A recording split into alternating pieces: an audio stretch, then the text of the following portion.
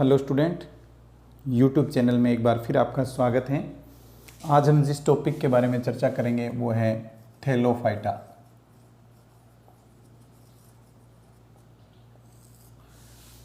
Thallophyta एक इस प्रकार का पादप समूह है, जैसे हम पादप समूहों की बात करते हैं जिसमें जैसे थैलोफाइटा आता है, एक नंबर पे थैलोफाइटा, फिर ब्रायोफाइटा,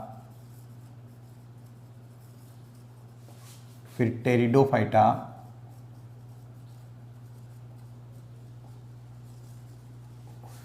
फिर जिम्नोस्पर्म और फिर एंजियोस्पर्म। तो ये जो थैलोफाइटा समूह हैं, इस टॉपिक पर हम जो चर्चा करेंगे आज, महत्वपूर्ण टॉपिक है बीएससी के स्टूडेंट्स के लिए भी, और कंपटीशन एग्जाम जो भी देते हैं, first grade, second grade, third grade जो भी एग्जाम देते हैं उसके लिए महत्वपूर्ण है। लैब असिस्टेंट का एग्जाम है, उसमें भी ये थैलोफाइटा के अंतर्गत जो पहला जो यूनिट है वो इसी से रिलेटेड है। तो कई बार प्रश्न ये भी पूछ लेते हैं कि इनका क्रम बताइए छोटे एग्जाम में, तो ऐसे जैसे एक नंबर पे थैलोफाइटा है, फिर ब्रायोफाइटा आएगा, टेरिडोफाइटा आएगा, जिम्नोस्पर्म आएगा, एंजियोस्पर्म आएगा। शॉर्ट ट्रिक भी है, इसको आप ऐसे याद रख लीजिए, TBPGA, TBPGA, इस वर्ड को याद रख लीजिए आप, TBPGA। तो TBPGA याद रखोगे तो याद रह जाएगा आपके थैलोफाइटा, ब्रायोफाइटा, टेरिडोफाइटा, जिम्नोस्पर्म और एंजियोस्पर्म। तो ये जो है पहला समूह है इसका, और ये यदि पादप समूह की बात करें तो ये दूसरा सबसे बड़ा समूह है, दूसरा सबसे बड़ा समूह है, दूसरा सबसे बड़ा समूह है थैलोफाइटा। थैलोफाइटा के अंदर मुख्य रूप से हम क्या पढ़ते हैं? थैलोफाइटा के अंदर हम दो उपसमूह मान लीजिए, उनमें पढ़ते हैं एल्गी और एक पढ़ते हैं फंजाई। एल्गी और फंजाई दोनों को किस में शामिल किया गया? थैलोफाइटा में। थैलोफाइटा ये जो शब्द हैं ये दिया था एंडलीचर ने। थैलोफाइटा शब्द किसने दिया? एंडलीचर ने। एंडलीचर नामक वैज्ञानिक ने थैलोफाइटा शब्द दिया। थैलोफाइटा में पढ़ते हैं हम एल्गी और फंजाई को। एल्गी जो हैं इसका जब अध्ययन करते हैं तो उसको कहते हैं एल्गोलॉजी या फाइकोलॉजी, और फंजाई का अध्ययन पढ़ते हैं उसको कहते हैं माइकोलॉजी। तो सबसे पहले हम थैलोफाइटा के जो जनरल कैरेक्टर हैं वो पढ़ेंगे, उसके बाद हम एल्गी का पढ़ेंगे, एल्गी के सामान्य लक्षण, उसके बाद हम फंजाई को पढ़ेंगे। तो सबसे पहले हम अलग अलग पढ़ेंगे, जैसे मान लीजिए थैलोफाइटा हैं, थैलोफाइटा का जो प्लांट बॉडी हैं वो कैसी हैं, ठीक है। दूसरा हम ये पढ़ेंगे कि थैलोफाइटा हैं वो कहाँ पर पाए जाते हैं, यानी कि उनका जो थैलोफाइटा जो हैं उनका आवास कैसा है या कैसी जगह पर वो पाए जाते हैं। थैलोफाइटा या एल्गी जो हैं उनमें जो रिप्रोडक्शन है वो किस प्रकार का होता है। तो सबसे पहला जो थैलोफाइटा है, थैलोफाइटा की यदि प्लांट बॉडी की बात करें तो इनकी जो प्लांट बॉडी होती है वो थैलोइड होती है। कैसी होती है? थैलोइड प्लांट बॉडी होती है, यानी कि इनका जो शरीर जो होता है थैलोफाइटा का वो थैलस होता है, शरीर थैलस होता है। थैलस शरीर उसे कहते हैं जिनका शरीर रूट, स्टेम और लीव्स में विभेदित नहीं होता। जैसे सामान्यतः बड़े प्लांट होते हैं ना, जैसे टेरिडोफाइटा हैं, जिम्नोस्पर्म है, एंजियोस्पर्म है, उसमें हम देखते हैं तो प्लांट बॉडी जो है रूट, स्टेम और लीव्स में बंटी होती है। लेकिन जो थैलोफाइटा हैं, थैलोफाइटा का शरीर थैलोइड होता है, अर्थात इसका जो शरीर जो है वो रूट में, स्टेम में और लीव्स में विभेदित नहीं होता। इसके बाद हम देखते हैं इसका आवास ये कहाँ पर पाए जाते हैं। थैलोफाइटा के जो समूह हैं एल्गी मुख्य रूप से जिसकी बात करें तो ज़्यादातर ये एक्वेटिक हैं, यानी कि जलीय आवास के अंदर पाए जाते हैं, जलीय आवास के अंदर पाए जाएंगे। और या फिर कहाँ पाए जाएंगे, जहाँ पर नमीयुक्त वातावरण होगा, जहाँ पर नमीयुक्त वातावरण होता है वहाँ पर ये पाए जाएंगे। इसके अंदर थैलोफाइटा के अंदर एल्गी और फंजाई दोनों को सम्मिलित किया गया है। तो इसका मतलब थैलोफाइटा के अंदर एल्गी जो हैं, एल्गी थैलोफाइटा के अंदर ऑटोट्रोपस हैं, ऑटोट्रोपिक। यानी कि ऑटोट्रोपिक का मतलब ये हो गया कि ये अपना भोजन स्वयं बनाते हैं, स्वयंपोषी पौधे हैं। एल्गी स्वयंपोषी हैं। स्वयंपोषी वो होते हैं जिनके अंदर क्या होता है, क्लोरोफिल पाया जाता है। तो एल्गी जो हैं उनके अंदर क्लोरोफिल पाया जाता है। और थैलोफाइटा का जो एल्गी समूह है वो क्या होता है, स्वयंपोषी होता है, अर्थात ऑटोट्रोपिक प्लांट्स इसमें शामिल होते हैं। और दूसरा जो फंजाई है, इसके अंदर फंजाई जो है ये ऑटोट्रोपिक नहीं होते, ये हिटेरोट्रोपिक होते हैं, हिटेरोट्रोपिक होते हैं, अर्थात परपोषी होते हैं, परपोषी होते हैं। इनमें क्लोरोफिल वगैरह ये जो चीज़ें हैं ये पाई नहीं जाती। ये दूसरे जो जीव हैं या पेड़ पौधे हैं उन पर डिपेंड करता है इनका लाइफ साइकिल जो है ये। तो फंजाई जो हैं वो हिटेरोट्रोपिक हैं। ये एल्गी जो हैं, एल्गी की यदि हम बात करें तो एल्गी की यदि हम बात करें तो एल्गी जो हैं ये प्रकाश प्रिय पौधे हैं, प्रकाश प्रिय। एल्गी क्या हैं, प्रकाश प्रिय पौधे हैं, जिनको हेलियोफाइटिक प्लांट कहते हैं। क्योंकि प्रकाश प्रिय हैं, इनको प्रकाश जरूरी हैं, तभी तो ये अपना भोजन बनाएंगे। और ये जो होते हैं फंजाई प्रकाश प्रिय पौधे नहीं होते, इनको अंधेरा चाहिए, ठीक है। इनको कहते हैं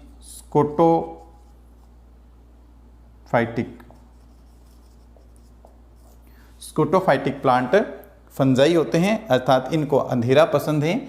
एल्गी जो है वो प्रकाश प्रिय पादप हैं, जिनको प्रकाश की आवश्यकता होती है, अर्थात ये अपना भोजन स्वयं बना लेते हैं। उसके बाद जो मेन जो टॉपिक है इसका, उस पर है रिप्रोडक्शन। और रिप्रोडक्शन से रिलेटेड क्वेश्चन इस थैलोफाइटा के अंदर जो एल्गी आती है उससे रिलेटेड, या हम थैलोफाइटा का कॉमन देखें तो रिप्रोडक्शन से रिलेटेड क्वेश्चन जरूर पूछा जाता है। हम यदि इसके रिप्रोडक्शन की बात करें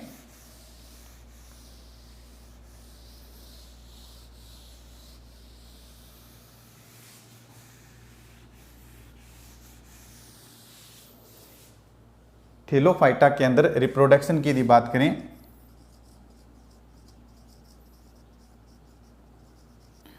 तो रिप्रोडक्शन तीनों तरह से होता है। इसमें जनन जो है वो तीनों तरह से होता है। कौन कौन सा जनन की हम विधि पढ़ते हैं, जैसे vegetative reproduction, vegetative reproduction, asexual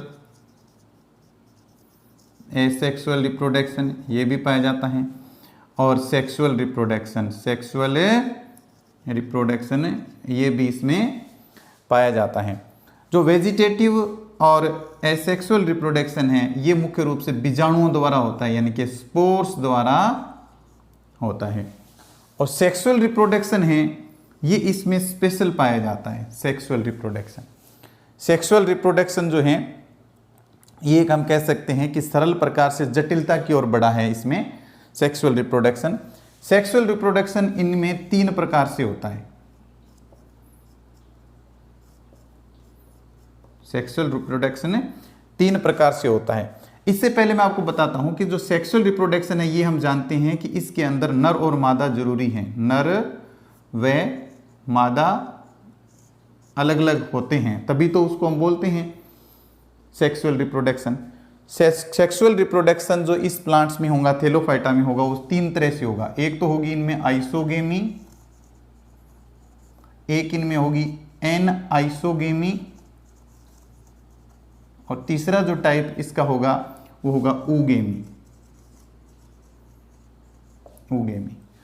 isogamy, N isogamy और ऊगेमी, अब हम देखते हैं एक शब्द, देखो इसमें आइसोगेमी। आइसो का मतलब होता है समान, एन आइसोगेमी का मतलब होता है असमान या विषम। तो ये जो है इसमें कोई चीज समान होगी, जैसे यहां पर जो संयोजन होगा वो होगा गैमिट्स का। गैमिट्स जो हैं उनका संयोजन होता है, यानी कि नर और मादा गैमिट्स का संयोजन होता है। इनमें भी होगा नर और मादा गैमिट्स जो हैं, नर युग्मक और मादा युग्मक, इन दोनों का संयोग होता है, उसे तो हम कहते हैं सेक्सुअल रिप्रोडक्शन।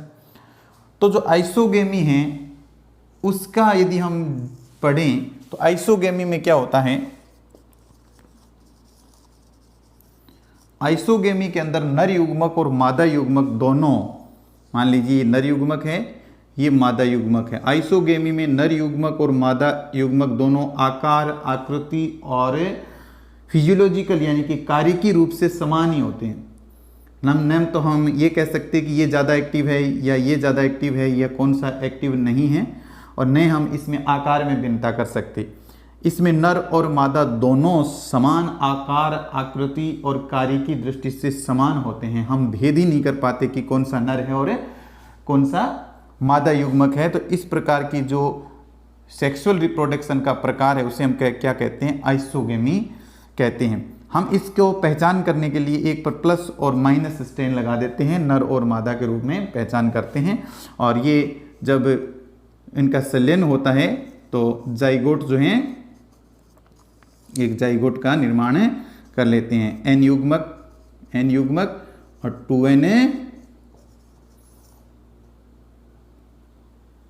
2n जाइगोट का निर्माण कर लेते हैं।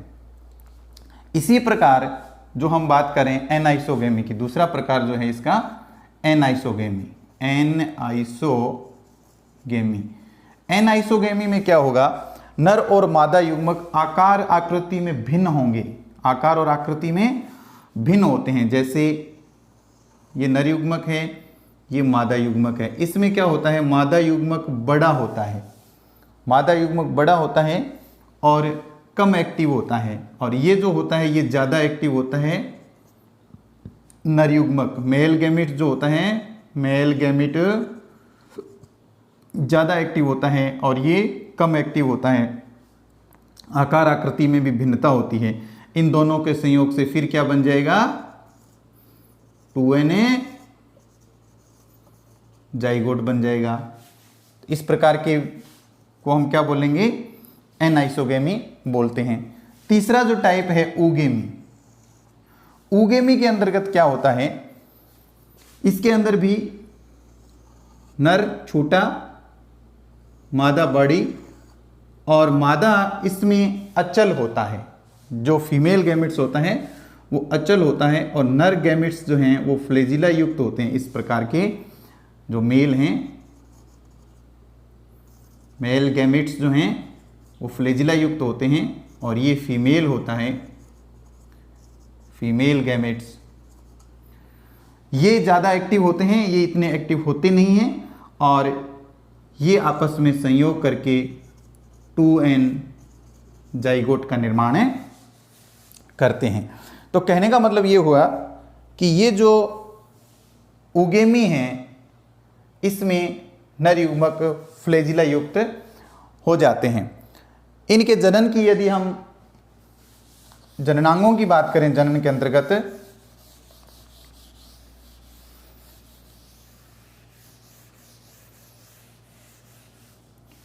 जननांगों की यदि हम बात करें तो सेक्स ऑर्गन जो हैं, सेक्स ऑर्गन इनमें दो प्रकार के होते हैं। जो मेल सेक्स ऑर्गन हैं उनको कहते हैं एंथेरिडियम, मेल सेक्स ऑर्गन को एंथेरिडियम कहते हैं, और फीमेल सेक्स ऑर्गन हैं उसको कहते हैं ऊगोनियम। एंथेरिडियम और ऊगोनियम। एंथेरिडियम के अंदर एंथेरोजॉइड्स और ऊगोनियम के अंदर एग होता है, या हम बोल सकते हैं ओस्फोर होता है। एग या ओस्फोर इसके अंदर प्रेजेंट होता है। ये जो हम थैलोफाइटा की बात कर रहे हैं, इनके जो सेक्स ऑर्गन्स जो होते हैं ये विशेष प्रकार के होते हैं, यानी इनके सेक्स ऑर्गन जो है, ध्यान रखने वाली बात है, कंपटीशन एग्जाम में इस तरह का क्वेश्चन पूछा जाता है कि इनके जो सेक्स ऑर्गन होते हैं वो यूनिसेलुलर होते हैं। इनके सेक्स ऑर्गन क्या होते हैं? यूनिसेलुलर होते हैं, यानी कि एक कोशिकीय। इनकी पूरा जो सेक्स ऑर्गन ये है एक कोशिका होता है, एक कोशिकीय होता है। ओगोनियम की बात कर लो चाहे एंथीरिडियम की बात कर लो, ये क्या होते हैं? यूनिसेलुलर होते हैं, एक कोशिकीय। इंपॉर्टेंट चीज,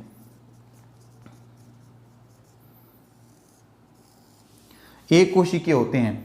किसी कंडीशन में यदि इनके सेक्स ऑर्गन यदि मल्टी सेल्यूलर हो भी जाएं, मल्टी सेल्यूलर यदि हो भी जाते हैं, तो मल्टी सेल्यूलर कंडीशन के अंदर इनकी जो प्रत्येक सेल होती है, प्रत्येक सेल के अंदर गैमेट्स बनाने की क्षमता आ जाती है, अर्थात प्रत्येक जो सेल हैं वो फर्टाइल हो जाती है। महत्वपूर्ण चीज है ये कि इसके थैलोफाइटा के अंदर जब हम एल्गी फंजाई पढ़ते हैं, थैलोफाइटा के जो सेक्स ऑर्गन हैं उनके अंदर एंथीरिडियम और ओगोनियम होता है। एंथीरिडियम और ओगोनियम यानी कि इनके जो सेक्स ऑर्गन्स हैं ये यूनिसेल्युलर होते हैं, एक कोशिकीय होते हैं। लेकिन यदि बहुकोशिकीय हो ही जाएं तो प्रत्येक कोशिका जो है उसमें एक क्षमता होती है, जननक्षम की क्षमता होती है, अर्थात जननक्षम होती है वो प्रत्येक कोशिका, और प्रत्येक कोशिका जो है वो गैमेट का निर्माण कर सकती है। इसके अलावा हम बड़े जो पादप समूह हैं उसके अंदर पढ़ते हैं कि जो जननांग होते हैं, यानी कि सेक्स ऑर्गन होते हैं, उनके ऊपर जैकेट का आवरण पाया जाता है। लेकिन ये जो एंथीरिडिया और आर्चिगोनिया होते हैं, सेक्स ऑर्गन होते हैं थैलोफाइटा का, इनके ऊपर स्टेराइल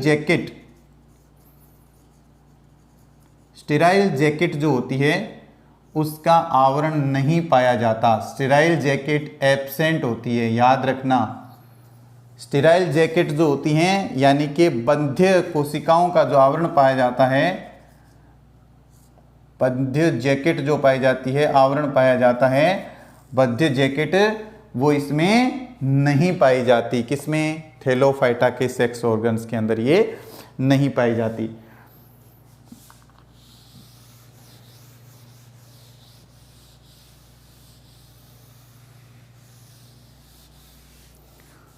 हमने जनन के अंदर पढ़ा कि इनका गैमेट्स जो होते हैं,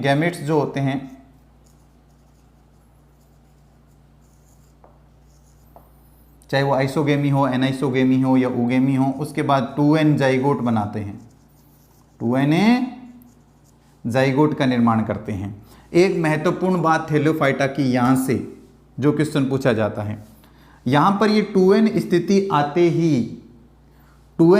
आते ही इसके अंदर विभाजन होता है, मियोसिस, अर्धसूत्री विभाजन होता है। जाइगोट के अंदर मियोसिस का पाया जाना इनका विशेष लक्षण है, यानी जाइगोटिक मियोसिस